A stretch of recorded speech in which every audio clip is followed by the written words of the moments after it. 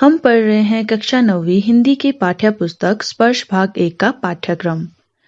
आज हम पाठ 10 पढ़ेंगे। पाठ 10 में आपको कवि सियाराम शरण गुप्त द्वारा लिखी गई एक बहुत ही अद्भुत कविता दी गई है, जिसका शीर्षक है एक फूल की चाह। यहाँ हमने पाठ 10 को 2 भागों में विभाजित किया है। आज हम भाग 1 पढ़ेंगे। एक फूल की चाह गुप्ता जी की बहुत ही लंबी कविता है और एक बहुत ज्यादा प्रसिद्ध कविता है। आपके पाठ्यक्रम में जो भाग दिया गया है वो इसी कविता का एक छोटा सा हिस्सा है। ये जो पूरी कविता है वो छुआछूत की समस्या पर केंद्रित है। ये एक ऐसी कविता है जिसमें मरने के नजदीक पहुंची जो एक लड़की है, उसके मन की इच्छा को जागृत किया गया है और एक पिता के बारे में दिखाया गया है कि वो किस तरह से अपनी मरती हुई बेटी की इच्छा को पूरा करने के लिए पूरी कोशिश करता है। तो क्या होता है उसके साथ, क्या वो उसकी इच्छा को पूरा कर पाता है या नहीं कर पाता है, ये हम इस कविता के माध्यम से जानेंगे। तो चलिए शुरू करते हैं। उद्वेलित कर अश्रु राशियां हृदय चिताएं धधका कर, महामारी प्रचंड हो फैल रही थी इधर उधर। क्षीण कंठ मृत वत्साओं का करुण रुदन दुर्दांत नितांत, भरे हुआ था निज कृश रव में हाहाकार अपार अशांत। इन पंक्तियों की हम 2 भागों में शब्दार्थ सहित व्याख्या जानेंगे और समझेंगे कि कवि यहाँ पर क्या बताना चाहते हैं। पहली कुछ पंक्तियां हैं। उद्वेलित कर अश्रु राशियां हृदय चिताएं धधका कर, महामारी प्रचंड हो फैल रही थी इधर उधर। यहाँ जो उद्वेलित शब्द है उसका अर्थ है भाव विहनल। अश्रु राशियां कहा गया है आंसुओं की झड़ी को, और महामारी होता है जो बीमारी होती है, प्रचंड होता है तीव्र। इन पंक्तियों की व्याख्या इस प्रकार से है। यहाँ पर कवि ये कहता है कि एक बड़े स्तर पर फैलने वाली जो महामारी है वो बहुत भयानक रूप से फैली हुई थी, जिससे लोगों की जो भावनाएं हैं उनको ठेस पहुंचाते हुए जो है आंखों से आंसुओं की नदियां बह रही थी। कहने का तात्पर्य यहाँ ये है कि यहाँ पर जो है कोई महामारी फैली हुई थी, जिसके कारण जो है लोगों के मन में बहुत भयानक डर बैठ गया था। अगली पंक्तियां हैं। क्षीण कंठ मृत वत्साओं का करुण रुदन दुर्दांत नितांत, भरे हुआ था निज कृश रव में हाहाकार अपार अशांत। क्षीण होता है दबी हुई या कमजोर आवाज को। मृत वत्सा कहा जाता है उस माँ को जिसकी संतान मर गई हो। रुदन कहा जाता है रोने को, और दुर्दांत कहा जाता है जिसे दबाना या वश में करना बहुत ज्यादा कठिन हो। नितांत कहा जाता है जो बिल्कुल अलग हो या जो अत्यंत हो। कृश कहा जाता है पतले को या कमजोर को। इन पंक्तियों की व्याख्या जो है वो इस तरह से है।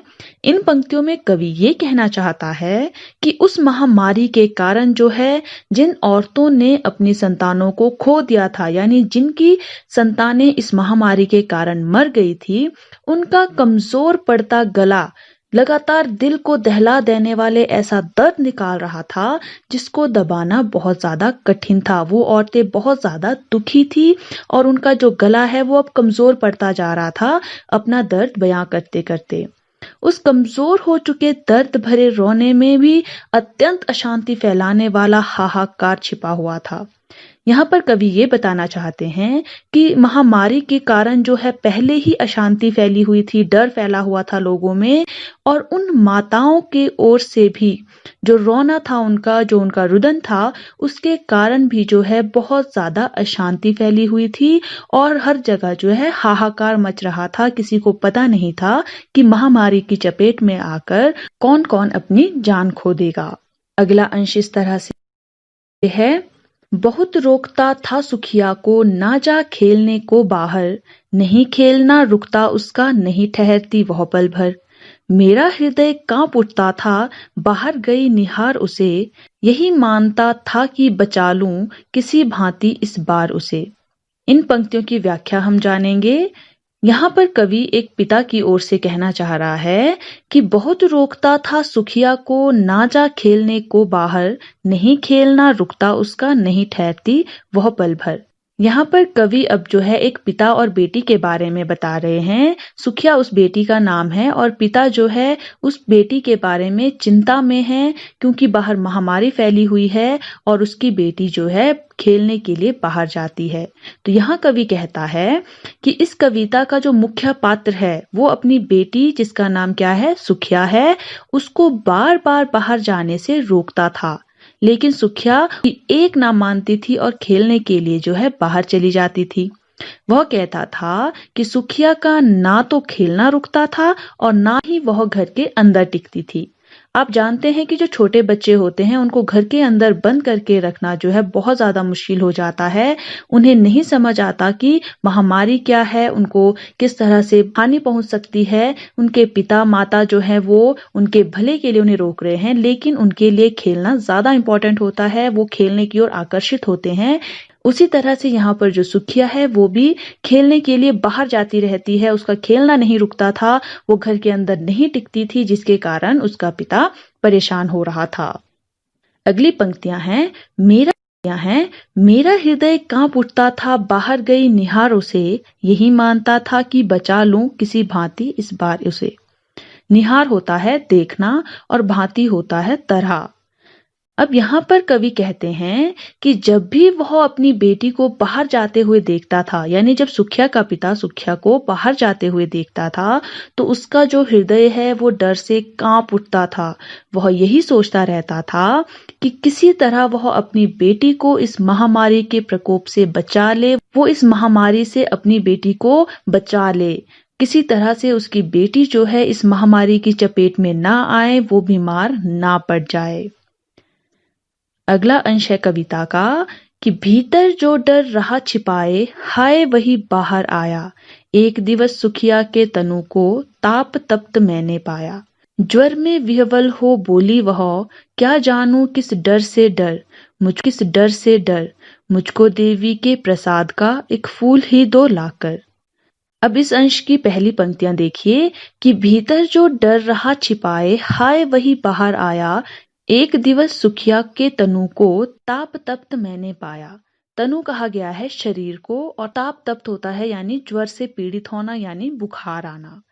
तो यहाँ पर कवि कहता है कि सुखिया के पिता को जिस बात का डर था वही हुआ। यानी एक दिन जो है सुखिया के पिता ने पाया कि सुखिया का जो शरीर है वो बुखार से तप रहा था, यानी जो सुखिया है वो उस महामारी की चपेट में आ गई थी। सुखिया का पिता उसे महामारी से नहीं बचा पाया था। अगली पंक्तियां देखिए, ज्वर में विह्वल हो बोली वह, क्या जानू किस डर से डर, मुझको देवी के प्रसाद का एक फूल ही दो लाकर। यहाँ कवि कहता है कि उस बच्चे का कि उसे किसी का डर नहीं है। उसने अपने पिता से कहा कि वह तो बस देवी माँ के प्रसाद का एक फूल चाहती है ताकि वह ठीक हो जाए। यहाँ पर सुखिया को लग रहा था कि अगर उसे देवी माँ के प्रसाद का फूल मिल जाएगा तो वो ठीक हो जाएगी, इसलिए वह डर नहीं रही थी। उसने अपने पिता से जो है बुखार के दर्द में भी यही कहा कि वो उसके लिए देवी माँ के प्रसाद का एक फूल ला कर दे तो वो ठीक हो जाएगी। कविता का अगला अंश है, क्रमशः कंठ क्षीण हो आया, शिथिल हुए अवयव सारे, बैठा था नव नव उपाय की चिंता में मैं मन मारे, जान सका ना प्रभात सजग में, हुई अलस कब दोपहरी, स्वर्ण घनों में कब रवि डूबा, कब आई संध्या गहरी। इस अंश की पहली पंक्तियां देखिए, क्रमशः कंठ क्षीण हो आया, शिथिल हुए अवयव सारे, बैठा था नव नव उपाय की चिंता में मैं मन मारे। शिथिल होता है कमजोर या ढीला, अवयव कहा जाता है अंग को। तो इन पंक्तियों में कवि क्या कहते हैं कि जो सुखिया का गला है वो इतना कमजोर हो गया था कि उसमें से आवाज भी नहीं आ रही थी। उसके शरीर का जो अंग अंग है वो कमजोर हो चुका था। बुखार के कारण जो है सुखिया बहुत ज्यादा कमजोर हो गई थी। उसका पिता जो है किसी चमत्कार की आशा में नए नए तरीके अपना रहा था ताकि सुखिया ठीक हो जाए, परंतु उसका जो मन है वो हमेशा चिंता में ही डूबा रहता था। अगली पंक्तियां हैं, जान सकाना प्रभात सजग से, हुई अलस कब दोपहरी, स्वर्ण घनों में कब रवि डूबा, कब आई संध्या गहरी। स्वर्ण घन कहा जाता है सुनहरे बादलों को। तो यहाँ पर जो है कवि कहता है कि चिंता में जो सुखिया का पिता है वो इस तरह से डूबा हुआ था कि उसे ये भी पता नहीं चला कि कब सुबह हुई और कब आलस से भरी हुई दोपहर ढल भी गई और कब जो है सुनहरे बादलों ने सूरज को डुबा दिया यानी कब जो है सूरज डूब गया और कब जो है शाम हो गई। यानी जो सुखिया का पिता है वो अपनी बेटी की चिंता में इतना ज्यादा डूबा हुआ था कि उसे न सुबह का पता चला, न दोपहर का पता चला और ना ये पता चला कि कब शाम हो गई। वो केवल चिंता में ही डूबा रहा। कविता का अगला अंश है, सभी ओर दिखलाई दी बस अंधकार की ही छाया, छोटी सी बच्ची को ग्रसने कितना बड़ा तिमिर आया। ऊपर विस्तृत महाकाश में जलते से अंगारों से झुलसी जाती थी आंखें जगमग जगते तारों से। इस अंश की पहली पंक्तियां देखिए कि सभी ओर दिखलाई दी बस अंधकार की ही छाया, छोटी सी बच्ची को ग्रसने कितना बड़ा तिमिर आया। ग्रसना होता है निगलना और तिमिर कहा जाता है अंधकार को। इन पंक्तियों में कवि कहना चाहता है कि जो सुखिया है उसके पिता को अब जो है चारों ओर से बस अंधकार ही अंधकार दिखाई दे रहा था, जिसे देखकर ऐसा लग रहा था कि इतना बड़ा अंधकार जो है वो इस बच्ची को निगलने के लिए चला आ रहा है। जो सुखिया का पिता है अब बस उसे यही डर था कि जो महामारी है उसका इलाज नहीं है और उसकी बेटी मर जाएगी। जो ये अंधकार हो रहा है ये उसकी बेटी को निगल जाएगा, अपने साथ ले जाएगा।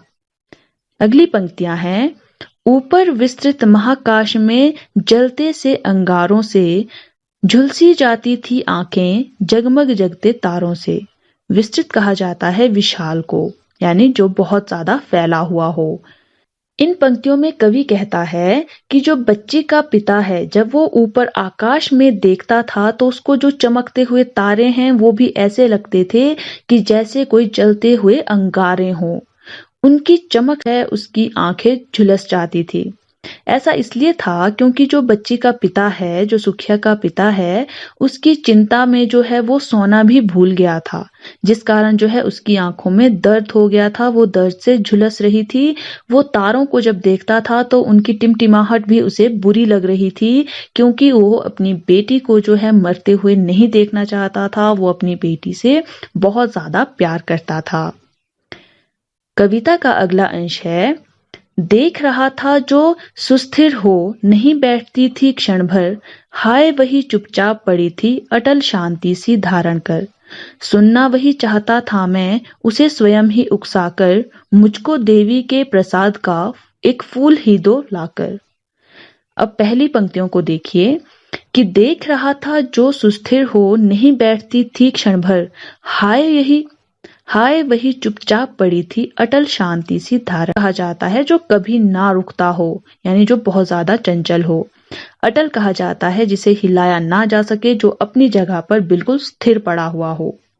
तो इन पंक्तियों में कवि कहता है कि जो बच्ची थी, जो सुखिया थी, वो कभी भी एक जगह पर शांति से नहीं बैठती थी। वो बाहर भागती रहती थी, खेलती रहती थी, कूदती रहती थी। लेकिन आज जो है वो इस तरह से ना टूटने वाली शांति को धारण किए हुए जो है चुपचाप पड़ी हुई थी। उसे हिलाना भी मुश्किल हो गया था। अगली पंक्तियां हैं, सुनना वही चाहता था मैं उसे स्वयं ही उकसाकर, मुझको देवी के प्रसाद का एक फूल ही दो लाकर।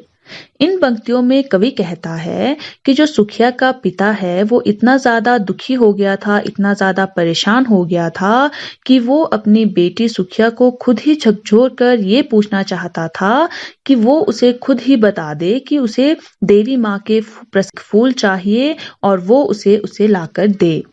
क्योंकि अब जो सुखिया है वो बिल्कुल चुपचाप पड़ गई थी। वो अब ये भी नहीं कह रही थी, उसे देवी माँ के प्रसाद का फूल चाहिए। इसलिए उसका पिता जो है वो बहुत ज्यादा चिंता में हो गया था। वो उसे झकझोर कर, उसे जोर जोर से हिलाकर उसे उठाना चाहता था ताकि वो उससे कुछ बात करे।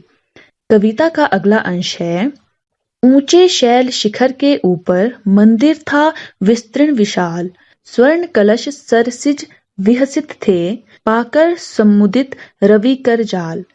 दीप धूप से अमोदित था मंदिर का आंगन सारा, गूंज रही थी भीतर बाहर मुखरित उत्सव की धारा। इस अंश की पहली पंक्तियां हैं, ऊंचे शैल शिखर के ऊपर मंदिर था विस्तृण विशाल, स्वर्ण कलश सरसिज विहसित थे, पाकर समुदित रविकर जाल। विस्तृण जो है रविकर जाल, विस्तृण जो है वो कहा जाता है फैले हुए को, और सरसिज जो है वो कमल के लिए कहा गया है, और रविकर जाल जो है वो सूर्य की किरणों का जो समूह है उसे संबोधित करता है। इन पंक्तियों में कवि जो है वो मंदिर का वर्णन कर रहा है, यानी जहां पर जो है सुखिया का पिता जाकर माता के प्रसाद का फूल लाना चाहता है अपनी बेटी के लिए, जिसकी उसकी बेटी ने इच्छा प्रकट की है। तो उस मंदिर का वर्णन करता हुआ कवि कहता है कि पहाड़ की चोटी के ऊपर एक विशाल मंदिर था, और उस विशाल मंदिर के विशाल आंगन में जो है कमल के फूल जो है वो सूर्य की किरणों में इस तरह से शोभा दे रहे थे, इस तरह से लग रहे थे जिस तरह से जो है सूर्य की किरणों में सोने के घड़े चमकते हैं। यहाँ पर कवि जो है मंदिर का बहुत ज्यादा सुंदर पंक्तियां हैं, दीप धूप से अमोदित था मंदिर का आंगन सारा, गूंज रही थी भीतर बाहर मुखरित उत्सव की धारा। अमोदित कहा जाता है आनंद पूर्ण को, यानी जिसमें आपके मन को किसी प्रकार का आनंद महसूस हो। इन पंक्तियों में कवि कहता है कि जो मंदिर का पूरा आंगन था वो धूप और दीपकों की जो खुशबू होती है उसकी महक से महक रहा था, और मंदिर के अंदर और बाहर का जो माहौल था वो इस तरह से लग रहा था जैसे वहां कोई उत्सव हो। वहां पर इतनी ज्यादा जो है सुगंध थी, वहां पर इतने सारे लोग थे, इतने सारे कमल के फूल थे कि उन सबको देखकर ऐसा लगता था कि वहां पर कोई त्योहार हो, कोई उत्सव हो। कविता का अगला अंश है, भक्त वृंद मृदु मधुर कंठ से गाते थे सभक्ति मधुमय, पतित तारिणी पाप हारिणी जय, पतित तारिणी तेरी जय जय। मेरे मुख से भी निकला बिना बड़े ही मैं आगे को, जाने किस बल से ढिकला। इस अंश की पहली पंक्तियां हैं, भक्त वृंद मृदु मधुर कंठ से गाते थे सभक्ति मधुमय, पतित तारिणी पाप हारिणी माता तेरी जय जय जय। सभक्ति होता है भक्ति के साथ। तो यहाँ पर कवि कहता है कि जब सुखिया का पिता जो है मंदिर में गया तो वहां जो मंदिर के भक्त थे वो झुंड में जो है मधुर आवाज में एक सुर में माता की भक्ति करके जो है माता की आराधना कर रहे थे, माता की प्रार्थना कर रहे थे, और वे एक सुर में गा रहे थे कि पतित तारिणी पाप हारिणी माता तेरी जय जय जय। यहाँ पर कवि बता रहा है कि जो सुखिया का पिता है वो उस समय मंदिर में पहुंचा जब जो है भक्त लोग माता की आराधना कर रहे थे, उनकी प्रार्थना कर रहे थे और उनकी आरती गा रहे थे, प्रार्थना कर रहे थे और उनकी आरती गा रहे थे। अगली पंक्तियां हैं, पतित तारिणी तेरी जय जय मेरे मुख से भी निकला, बिना बड़े ही मैं आगे को, जाने किस बल से ढिकला। ढिकला होता है धकेला गया, यानी किसी के द्वारा धक्का देना। तो यहाँ पर जो है सुखिया के पिता के मुंह से भी जो है देवी माँ की स्तुति निकल गई, यानी जब सुखिया के पिता ने वहां पर माता के भक्तों को प्रार्थना करते हुए सुना, आरती गाते हुए सुना, तो उसके मुंह से भी जो है अपने आप ही माता की आरती निकल गई कि पतित तारिणी तेरी जय जय। फिर उसे ऐसा लगा जैसे किसी अनजान शक्ति ने जो है उसे मंदिर के अंदर धकेल दिया, यानी वो भी मंदिर के बाहर था, अब उसे जो है ऐसा लगा जैसे किसी ने उसे मंदिर के अंदर धकेल दिया हो।